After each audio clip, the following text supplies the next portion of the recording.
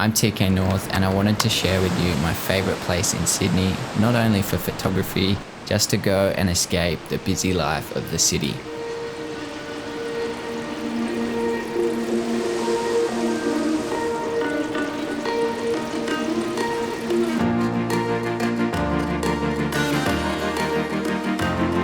Here at beautiful North Curl for sunrise. Such a great spot for sunrise, such a great spot for a walk as well. So lucky here in Sydney with amazing beaches, and it's one of my favourite spots to visit.